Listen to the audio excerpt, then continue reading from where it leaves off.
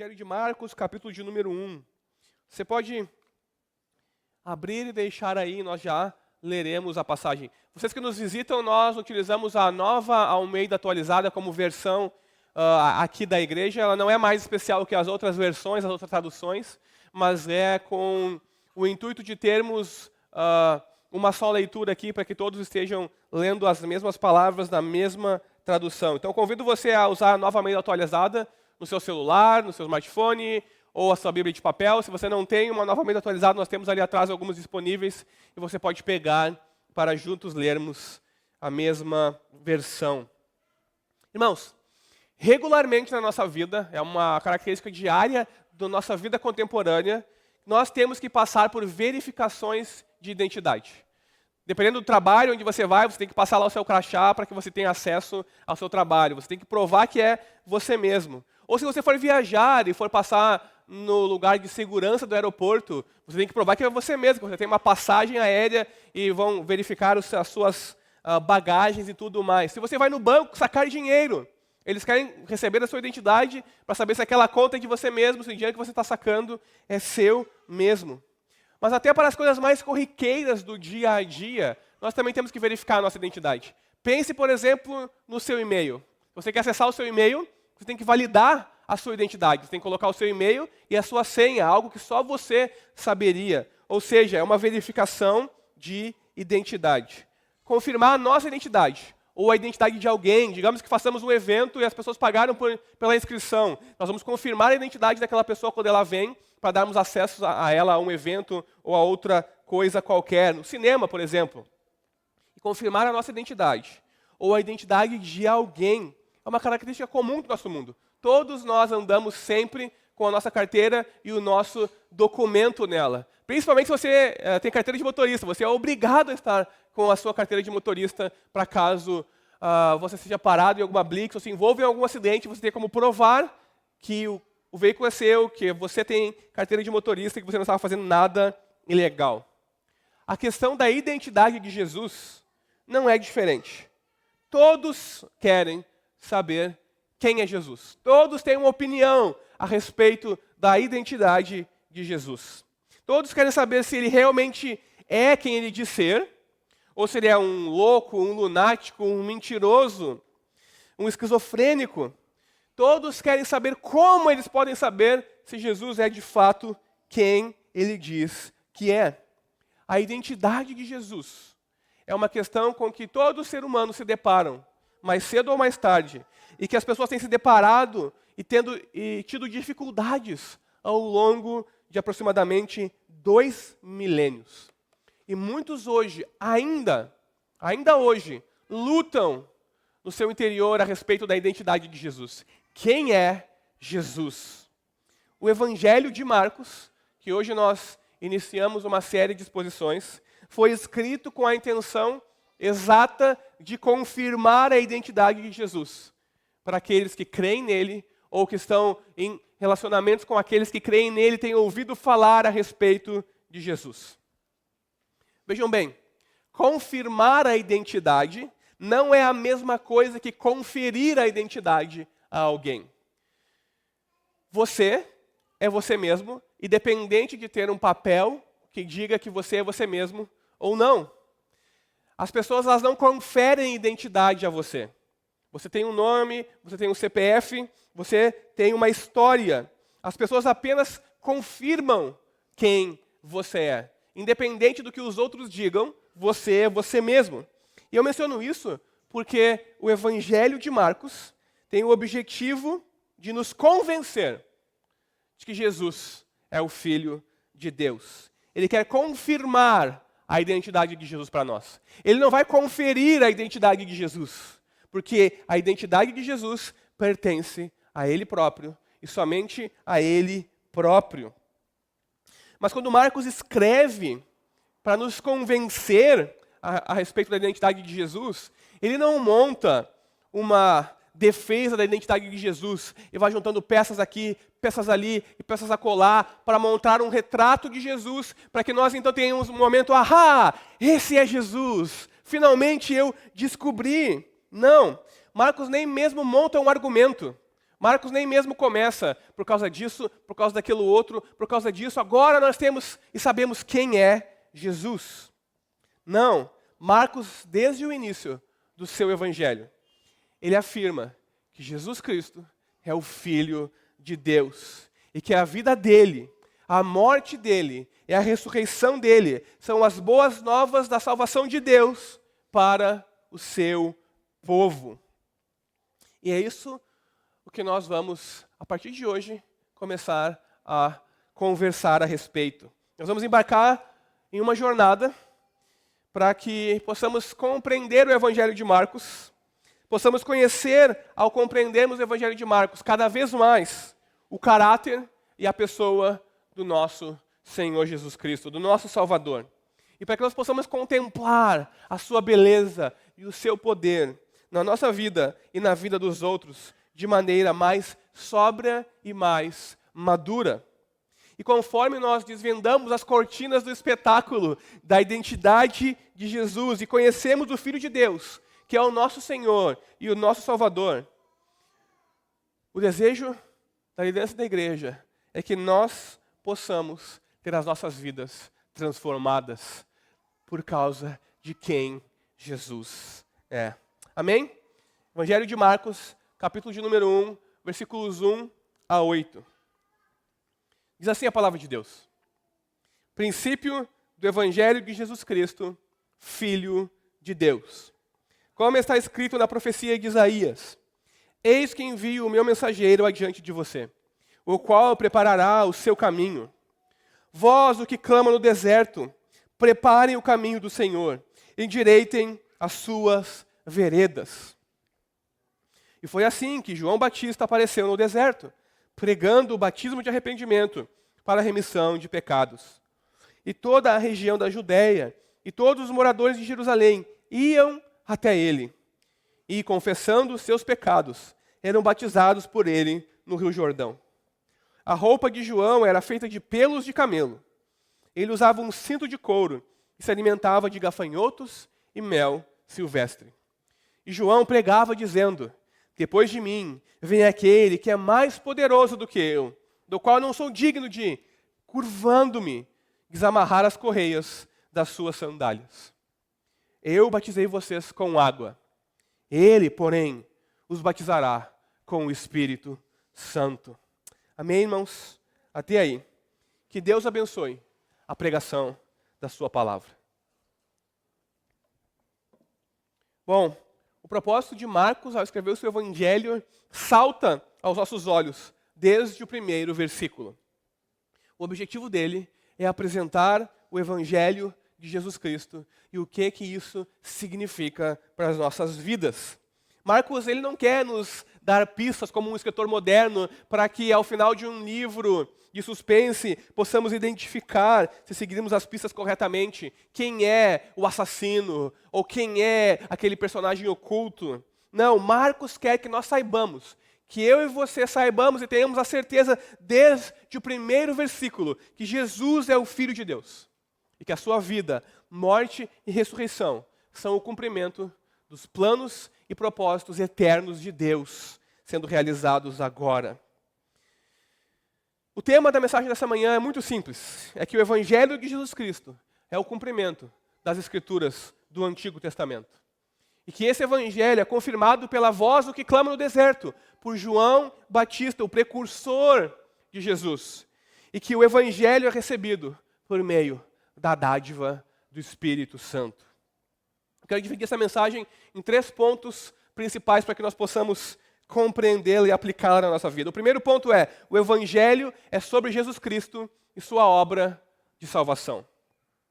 Irmãos, o Filho de Deus é o título mais importante do Evangelho de Marcos. Jesus é chamado de muitas coisas no Evangelho de Marcos, mas o título mais importante, mais exaltado, que revela quem Jesus é o Filho de Deus. Jesus, como Filho de Deus, é a verdade que domina o Evangelho de Marcos e o motivo pelo qual ele escreve. Eu não quero nessa manhã dar uma aula de escola bíblica para vocês ou uma aula de seminário, mas talvez algumas coisas importantes a respeito do Evangelho de Marcos nos sejam úteis aqui agora. Marcos foi, muito provavelmente, o primeiro dos evangelhos a ser escrito. Muito provavelmente na segunda metade da década de 60, depois de Cristo.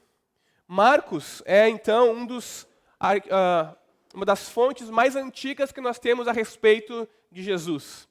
Jesus havia morrido e ressuscitado em nosso favor por volta do ano 30 a 33 do primeiro século. Então, menos de 30 anos depois, nós temos um homem chamado Marcos, e por mais que o nome dele não apareça no sentido de eu, Marcos, escrevi este evangelho a vocês, como Paulo faz com as suas cartas, Marcos é mais conhecido talvez como João Marcos, que era parente de Barnabé e que andou com Paulo e Barnabé na sua primeira jornada. E por algum motivo, ele abandona a jornada, talvez ele tenha ficado doente, talvez a dificuldade da viagem por causa da sua saúde não tenha sido muito agradável a ele não tivesse conseguido avançar, ele retorna. E depois ele se associa a Pedro. E o Evangelho de Marcos é escrito por volta de 60, da segunda metade do século, da década de 60, e é escrito a partir de Roma. E Marcos está intimamente associado a Pedro. Esse é o testemunho da igreja antiga, dos primeiros pais da igreja, dos primeiros teólogos, dos primeiros escritores. Marcos, João Marcos, primo de Barnabé, que fazia viagens missionárias com Paulo, o apóstolo, ele se associa a Pedro. E ele funciona como que o intérprete de Pedro, no sentido de que ele está em Roma, junto com Pedro, escrevendo para gentios, para pessoas que não eram judeus, que não conheciam a história do povo de Deus, que não conheciam a narrativa do Antigo Testamento, ou que, por mais que conhecessem, não tinham familiaridade. E é por isso que ele é o intérprete. Pedro conta a história e Marcos é aquele que escreve para explicar o Evangelho aos cristãos, provavelmente de Roma, no primeiro momento, mas também para todos aqueles que querem conhecer a respeito da identidade de Jesus. Acontece que os leitores de Marcos, os primeiros leitores, e até nós hoje aqui, nós temos um privilégio sobre todos aqueles que conheceram Jesus durante o seu ministério terreno. Veja, as pessoas que seguiam Jesus, as pessoas que estavam com Jesus durante o seu ministério terreno, elas não tinham o conhecimento ou o privilégio que eu e você temos, a partir do primeiro versículo do Evangelho de Marcos, de sabermos de fato quem é Jesus. As pessoas elas não percebiam, em momento algum, que Jesus era o Filho de Deus. E eu e você, de forma contrária, temos essa confirmação de que Jesus é o Filho de Deus. Marcos escrevendo, inspirado pelo Espírito, nos dizendo, Jesus é o Filho de Deus. Isso quer dizer, irmãos, que não importa se nós cremos ou não cremos, se nós temos dúvidas, ou se nós não estamos completamente convencidos a respeito da identidade de Jesus e queremos mais evidências. Queremos evidências históricas, arqueológicas. Queremos uma defesa da identidade de Jesus para então crermos. Essas coisas não importam. Jesus é o Filho de Deus. Independente de eu e você cremos nele ou não. A grande diferença é que se crermos nele, o nosso destino eterno será um. Se nós recusarmos ele e não cremos nele, o nosso destino eterno será outro. A figura de Jesus é tão importante que ela divide a história em antes e depois de Jesus. Mas ela é ainda mais importante do que uma figura que divide a história. Ela também divide a nossa existência por completo em antes de Jesus e depois de Jesus. Ou sem Jesus e com Jesus. Porque a depender de como vivemos esse mundo em relação a Jesus, ou nós iremos herdar a vida eterna e habitar para sempre com Deus, ou nós estaremos para sempre afastados de Deus e condenados. E é por isso que Marcos escreve, princípio do Evangelho de Jesus Cristo, Filho de Deus. E durante toda a narrativa do Evangelho de Marcos, nós somos constantemente apresentados a perguntas. Perguntas como, quem é este? No próprio capítulo 1, nós leremos, quando chegarmos lá no versículo 26, as pessoas perguntam, quem é este que ensina agora com poder e autoridade, diferente dos escribas e dos fariseus? Quem é este? Vejam, a pergunta a respeito da identidade de Jesus. Ou até mesmo os próprios demônios confessam quem Jesus é. Por exemplo, quando Jesus expulsa demônios, e os demônios vêm e confessam a respeito de Jesus. Você é o Filho de Deus, não nos atormente, porque você veio aqui, Filho de Deus. Ou pensem quando os discípulos experimentam o poder de Jesus em ação. Aqueles mesmos homens que ele chamou para estar perto de si, e que o veem acalmar uma tempestade pelo seu poder, pela simples palavra da sua boca. Eles ficam então maravilhados e eles perguntam: quem é este que até a tempestade dá ordem e elas obedecem? O mesmo acontece em todo o Evangelho de Marcos. Todo o Evangelho de Marcos tem perguntas de: o que é isso? Quem é este? Você é o Filho de Deus. Todo o Evangelho de Marcos é um descortinamento da verdade inicial do Evangelho de Marcos, de que Jesus é o Filho de Deus. E essa verdade inicial tem a sua culminação no capítulo 8, quando há uma virada, assim, digamos, na narrativa, e os apóstolos, liderados por Pedro, confessam então pela primeira vez quem Jesus é. Jesus é o Filho de Deus. E à medida que eles confessam que Jesus é o Filho de Deus, Jesus passa então a explicar a eles o que significa ser o Filho de Deus. E o que o Filho de Deus veio fazer encarnado na terra. E nós vemos o clímax dessa verdade e dessa explicação no capítulo 15, na confissão do centurião romano, quando ele testemunha a morte de Jesus e ele diz: verdadeiramente, este é o Filho de Deus. E essa é a culminação, o clímax, porque pensem só naquele homem que já deveria ter liderado e conduzido centenas e centenas de crucificações. Ele não disse para ninguém, verdadeiramente este é o Filho de Deus. Eles sabiam que eles eram ou bandidos ou revolucionários e mereciam a morte, mas tudo o que acontece em torno da crucificação de Jesus leva aquele homem a olhar para Jesus e confessar: verdadeiramente, tu és o Filho de Deus. E eu estou dizendo tudo isso para que nós possamos nos aclimatar ao Evangelho de Jesus, de Marcos. Para que nós não queiramos começar a investigar e saber, mas para que nós venhamos cheios de fé e de coragem aqui e confessemos com Marcos: Jesus, tu és o Filho de Deus. E então tenhamos um relacionamento com Ele a partir da Escritura. Que tenhamos comunhão com Ele a partir da sua palavra e cresçamos em graça e em conhecimento diante dEle e sejamos transformados lá fora, onde os desafios vêm, onde as lutas acontecem, onde a nossa fé é abalada, onde os nossos ânimos são esmagados pelas pressões do dia a dia e nós possamos nos levantar: Jesus, tu és o Filho de Deus. Eu sei que bondade e misericórdia, como nós cantamos, certamente me seguirão, porque tu és fiel, tu és bom.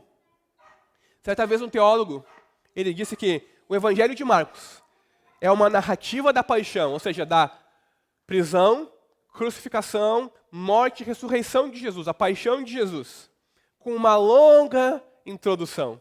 Porque a obra de Jesus, a sua vida, morte, ressurreição e ascensão é aquilo que define quem Jesus é como o Filho de Deus. Isso é assim porque para nós entendermos que o que o Filho de Deus veio fazer, o que Jesus veio fazer no nosso mundo, eu e você precisamos compreender que Ele veio morrer. Morrer em nosso lugar. Eu e você precisamos compreender a nossa situação. Mortos nos nossos delitos e pecados. Mortos por causa da nossa rebeldia contra a lei, contra Deus e a sua santa lei. A ponto de Deus ter que enviar o seu Filho, o seu único Filho, para morrer em nosso lugar. Porque aprisionados pelo pecado, somos incapazes de nos libertarmos a nós mesmos e nos reconciliarmos com Deus. Acontece que a ideia de um Messias sofredor, do Filho de Deus se encarnando e não vindo com poder e glória, mas morrendo no lugar de pecadores, é absurda, é revolucionária demais, que parece não fazer sentido para os discípulos e para o mundo incrédulo hoje também. Quando nós falamos a respeito do plano de salvação de Deus, o que as pessoas em sua arrogância e orgulho dizem em primeiro lugar: eu não preciso de um Salvador. E muitos de nós talvez já dissemos isso alguma vez. Eu não preciso de alguém para me salvar. Eu tenho emprego, os meus negócios estão prosperando, eu tenho uma família, eu tenho saúde, eu tenho controle sobre a minha vida. Porque essas pessoas, e nós talvez, a nossa ignorância, não sabemos que estamos mortos nos nossos delitos e pecados. Então, Jesus ser o Filho de Deus está intimamente ligado à sua morte pelos pecados do seu povo. Fora de Jesus Cristo, não há nenhuma boa notícia. E evangelho significa exatamente isso. Boa notícia, boas novas. As boas novas de que Deus enviou o seu Filho. Porque nós estávamos longe e afastados, rebeldes e aprisionados, incapazes de nos salvar, de nos libertar. As boas notícias de que Deus enviou o seu Filho para nos resgatar. Boas notícias, irmãos, porque fora de Jesus Cristo, nós estamos mortos nos nossos delitos e pecados. E fora de Jesus Cristo, não há nenhuma boa notícia para nós. Mas antes de nós passarmos ao meu segundo ponto, eu quero salientar algo do versículo 1. Princípio do Evangelho de Jesus Cristo, Filho de Deus. Esse é o versículo que introduz todo o Evangelho. Mas Marcos, ele está aqui encharcado, digamos assim, cheio da Escritura do Antigo Testamento. E assim como em Gênesis 1:1 nós temos, no princípio, Deus criou os céus e a terra. Nós temos agora aqui um novo princípio. Nós temos agora aqui uma nova criação, um novo começo. E Marcos, ele está ecoando Gênesis. E com a sua criação, com o início da obra criadora de Deus, Marcos está dizendo agora aqui para nós: Deus está fazendo algo novo. Deus está enviando o seu Filho e está recomeçando algo agora, está fazendo algo novo, uma nova criação, um novo povo, uma nova era por meio do envio do seu Filho. E isso está disponível em Jesus, para mim e para você, para participarmos do novo de Deus, da nova era de Deus, da nova criação de Deus, por meio da fé. É por isso que o Evangelho, as boas novas a respeito de Jesus, são a proclamação da salvação escatológica que foi realizada em Jesus. Se nós cremos em Jesus, eu e você, nós entramos no novo de Deus, no novo tempo de Deus, na nova criação de Deus. Já começamos a desfrutar e experimentar agora, pela graça de Deus. Meu segundo ponto principal nessa manhã: o Evangelho demanda fé e arrependimento. Primeiro ponto, o Evangelho é sobre Jesus Cristo, o Filho de Deus. Segundo ponto, o Evangelho demanda fé e arrependimento. O Evangelho não é o plano B de Deus. O Evangelho não é que o primeiro plano de Deus deu errado e agora ele surgiu com um plano diferente e enviou o seu Filho. Não, o Evangelho é algo muito antigo. E ele foi pré-anunciado pelos profetas do Antigo Testamento. Jesus é o Cordeiro de Deus, que foi conhecido desde antes da fundação do mundo. O Evangelho não é o plano B de Deus. O Evangelho é o plano eterno e soberano de Deus para nos salvar. Mas, na história da salvação, na nossa linha do tempo, digamos assim, o Evangelho ele começa com a chegada do profeta João.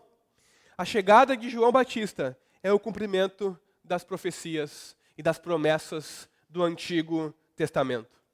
Porque muito antes da chegada de João, houve profetas como Isaías, que profetizaram a respeito do Senhor e da salvação de Deus por meio do seu servo que ele enviaria. Houve profetas que proclamavam o dia do Senhor de juízo, de fogo, mas também de grande salvação e de poder e glória para aqueles que crescem no nome e fossem fiéis a Deus.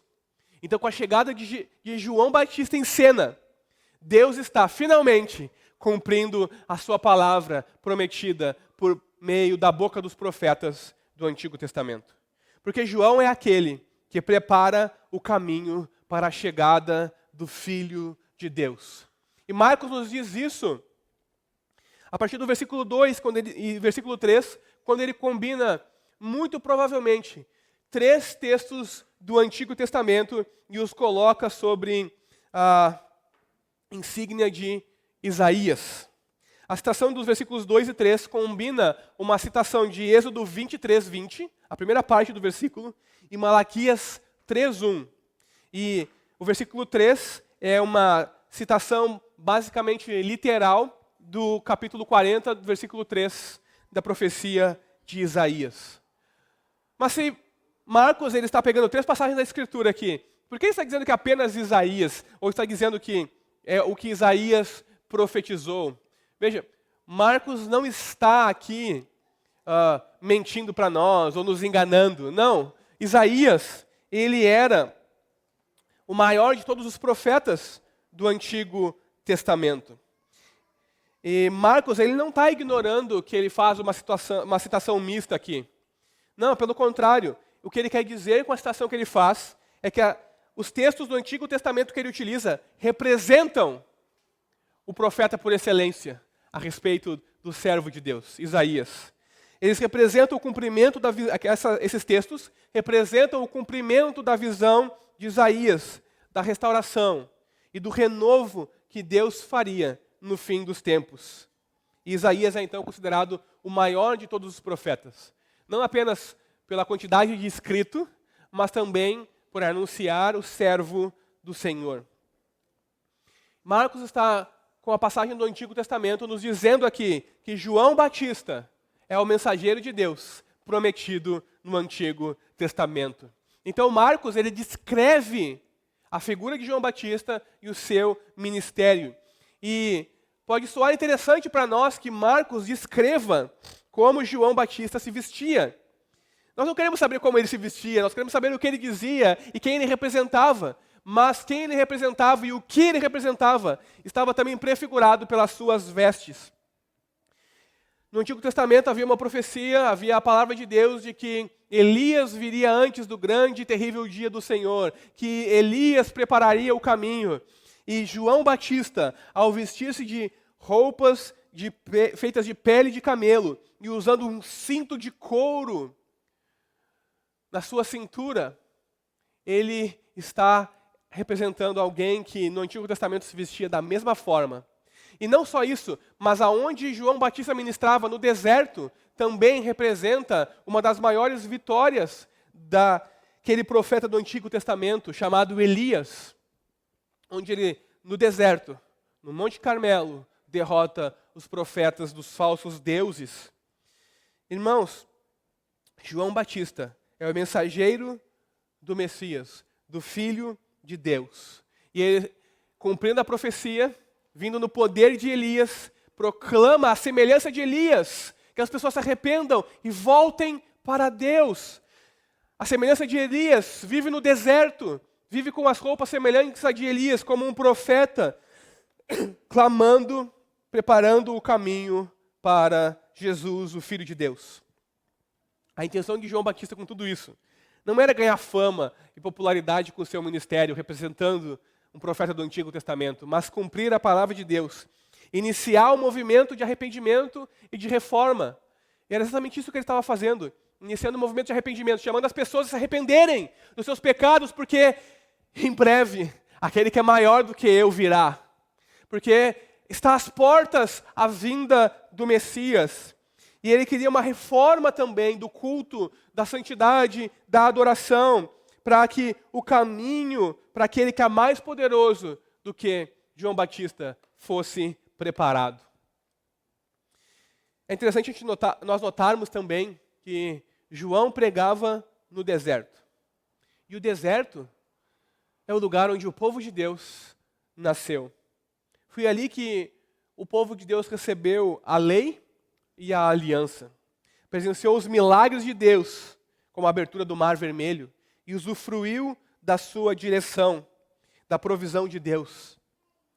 Assim, o deserto é o lugar de Deus, onde Deus salva o seu povo e se revela a eles. Mas o deserto é também o lugar onde Israel pecou contra o Senhor. E é por isso que No deserto, João Batista ecoa a presença de Deus novamente. Um novo êxodo, uma nova ação poderosa de Deus para que nós sejamos mais uma vez libertos. Assim como no mundo, na antiguidade, fomos libertos do Egito. Pense só como um israelita ouvindo João Batista. Agora, um novo êxodo, o Messias vindo, o Cristo, o prometido vindo, nos libertando do poder de Roma. E é por isso, porque o Messias estava às portas, que João Batista proclama arrependimento para perdão de pecados. E nós temos aqui algo maravilhoso. Quando João Batista proclama arrependimento para perdão de pecados, eu e você estamos recebendo aqui uma garantia de Deus e da sua graça. Sim, porque se nós nos arrependermos, Ele perdoa os nossos pecados. O arrependimento é necessário por causa daquele que está chegando, de Jesus, o Filho de Deus. E fé e arrependimento são então a chave para que eu e você possamos entrar na nova criação de Deus em Jesus, possamos participar do novo de Deus em Jesus. Fé e arrependimento são as portas de entrada para o novo de Deus em Jesus. Fé e arrependimento em Jesus. E o arrependimento tem dois lados aqui. Dar as costas para o pecado e voltar a face para Deus. E era exatamente isso que João Batista estava proclamando. Arrependam-se. Vocês acham que são o povo de Deus, vocês deram as costas para Deus. Voltem-se para Ele. Abandonem os seus pecados, os seus falsos deuses. João Batista sabia que arrependimento implicava em mudança de comportamento. Ele sabia que aquelas pessoas, assim como nós hoje, precisamos nos voltar do nosso pecado para Deus. As boas notícias do Evangelho são que, se nós nos arrependermos dos nossos pecados e confessarmos os nossos pecados, Deus é fiel e justo para nos perdoar de todo e qualquer pecado. Mas não há boas notícias do Evangelho se nós permanecermos nos nossos pecados sem arrependimento. Deus nos salva do nosso pecado, não no nosso pecado. Só aqueles, irmãos, que clamam pelos seus pecados, as lágrimas de arrependimento genuíno podem se alegrar com a dádiva da vida eterna que Jesus está oferecendo. Percebam, o batismo, tanto o de João quanto o cristão, não oferece perdão, mas é um sinal visível que revela a obra de Deus no íntimo da pessoa, que revela que aquela pessoa está arrependida e recebeu o perdão de Deus e agora desfruta de uma nova vida com Deus. É por isso que o verdadeiro arrependimento não é remorso, se sentir mal apenas, ficar introspectivo, pensando nos seus erros e jurar jamais cometê-los novamente. O verdadeiro arrependimento não produz uma doença emocional, ansiedade, medo, tristeza, mas redenção, libertação, perdão e cura. João Batista pregava arrependimento e ministrava batismo para a remissão de pecados. E a palavra remissão aqui traz a ideia de mandar embora. Então as pessoas se arrependiam, confessavam e eram batizadas para simbolizar os seus pecados indo embora. Para simbolizar o perdão de Deus. E o simbolismo do batismo nos recorda a gloriosa promessa de Deus, que Ele perdoa os nossos pecados, afastando eles de nós, como o Oriente é afastado do Ocidente. Jesus nos perdoa, desfazendo a névoa que nos envolve, as trevas que nos envolvem. Ele nos perdoa, lançando os nossos pecados no mais profundo abismo, nas profundezas do mar mais profundo. E é por isso que fé e arrependimento são necessários para o Evangelho de Jesus Cristo.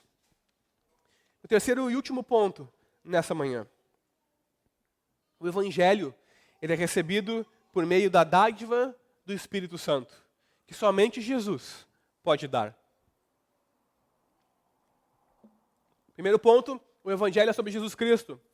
Segundo ponto, o Evangelho demanda fé e arrependimento. Terceiro ponto, o Evangelho é recebido por meio da dádiva do Espírito Santo, que somente Jesus pode dar. O Evangelho, então, é algo antigo, profetizado pelos profetas da antiguidade, o eterno plano de Deus para salvar pecadores como eu e você. Mas Jesus também é o novo começo de Deus, como Marcos está apontando em Marcos 1:1, ecoando Gênesis.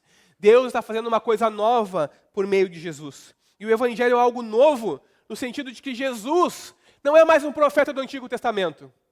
Não é mais uma pessoa apenas, mas é o próprio Deus vindo resolver o nosso problema, o nosso pecado.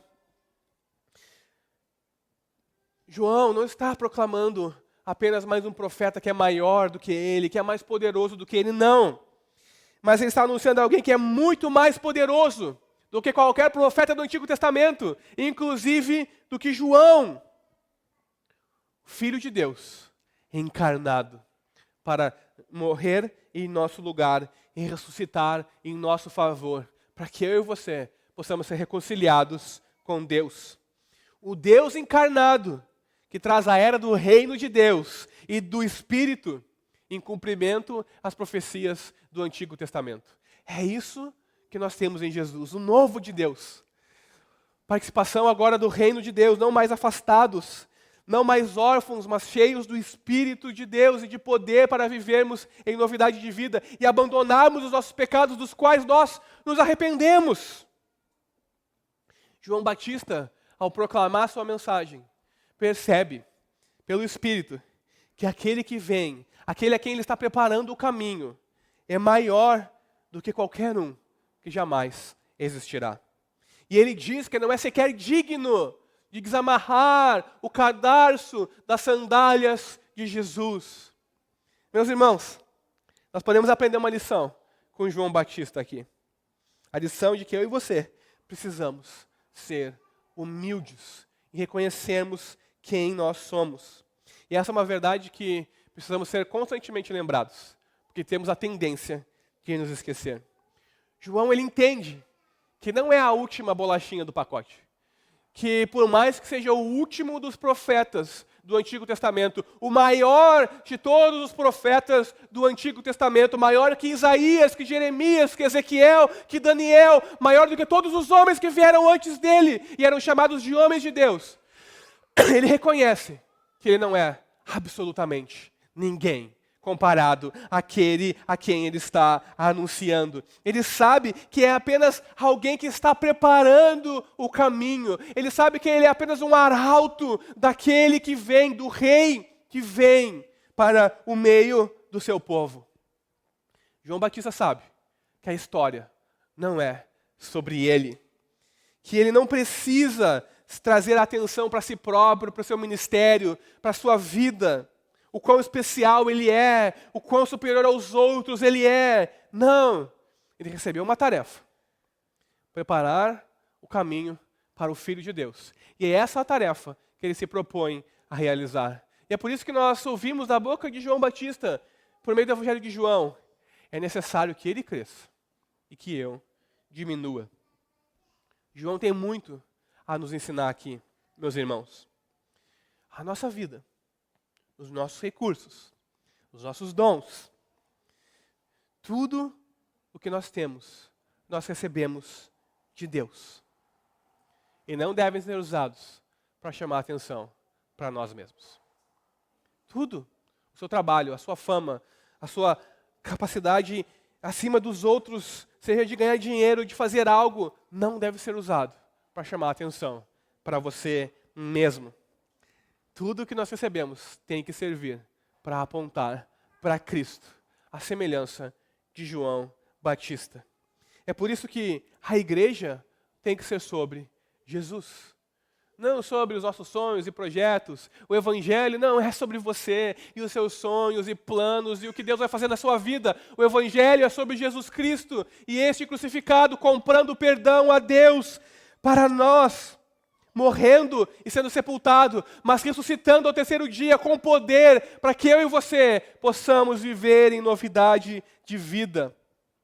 Essa igreja, a sua vida tem que ser sobre Jesus, porque tudo é sobre Jesus. Então que eu e você possamos ser como arautos que anunciam e apontam a Jesus o tempo todo. Não importa o contexto, a função que nós temos, aonde nós estivermos, seja na universidade, no trabalho, na nossa empresa, no nosso lar, que nós possamos apontar para aquele que é muito maior do que nós, para aquele que é digno de toda a glória, para aquele que é poderoso. Jesus, o Filho de Deus. Irmãos, João sabia que ele não era o Filho de Deus. Sabia que ele não era o Messias prometido. E ele não considerava ser digno de estar aos pés do Filho de Deus. Aquele que vem, Jesus, é mais poderoso. Ele não só vai fazer algo mais poderoso e grandioso. Ele vai fazer algo absolutamente novo, trazendo o novo de Deus. Porque todos aqueles que crerem nele receberão a dádiva do Espírito Santo. João sabia que aquilo que ele realizava era uma sombra daquilo que o Filho de Deus, aquele que viria, iria realizar. Ele sabia que ele batizava apenas com água, como um símbolo daquilo que o Filho de Deus iria fazer. Jesus, ele batiza com o Espírito Santo. A verdade é que só Jesus pode dar o Espírito Santo. Jesus é o agente do batismo com o Espírito Santo. Após a sua morte e ressurreição, ele ascende aos céus para nos dar a dádiva do Espírito. Então, se você crê em Jesus, boas notícias para você. Você tem o Espírito de Deus. Melhores notícias ainda, aqueles pecados que assediam você constantemente e que parece que você não consegue se livrar, pelo poder de Deus, agindo em você, por meio do Espírito de Deus, você pode vencer.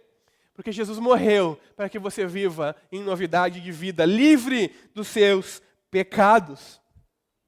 Por causa da morte, ressurreição e ascensão de Jesus, Ele envia o seu Espírito Santo para primeiro regenerar o nosso coração, nos fazer crer. Até a nossa fé é uma dádiva do Espírito. Então, para nos batizar com o seu Espírito, nos encher do seu Espírito, nos capacitando para servi-lo, nos capacitando para andar em santidade, sermos um povo seu, zeloso de boas obras e cheio de santidade. Para no deserto do mundo lá fora, em meio às tantas tentações que nós vamos enfrentar, nós não pequemos, porque o poder de Deus nos faz mais que vencedores, por meio de Jesus. Essas são as boas novas do Evangelho de Jesus Cristo. Não existem notícias melhores do que essas. E esse é apenas o princípio do Evangelho de Jesus Cristo, Filho de Deus. A identidade de Jesus é que Ele é o Filho de Deus. Independente de você crer nisso ou não, Jesus encarnou para proclamar as boas novas de que os propósitos soberanos de Deus, que os planos eternos de Deus de salvar o seu povo por meio da vida, morte e ressurreição do seu Filho, estavam agora sendo finalmente concretizados. Então, assim como o versículo 1 ecoa Gênesis e a criação e oferece uma nova criação, marca o começo de uma nova criação de Deus por meio da salvação que Ele oferece em Jesus. O Evangelho, então, nos oferece a nós hoje também um novo recomeço. Não importa os nossos pecados, não importa o quão fundo nós nos afundamos no lamaçal do pecado, Deus, por meio de Jesus, pela fé somente, nos oferece um novo recomeço. Você pode, sim, ter uma vida transformada. Esse é o convite de Jesus, Filho de Deus, a todos nós. Amém? Vamos nos colocar de pé e vamos orar.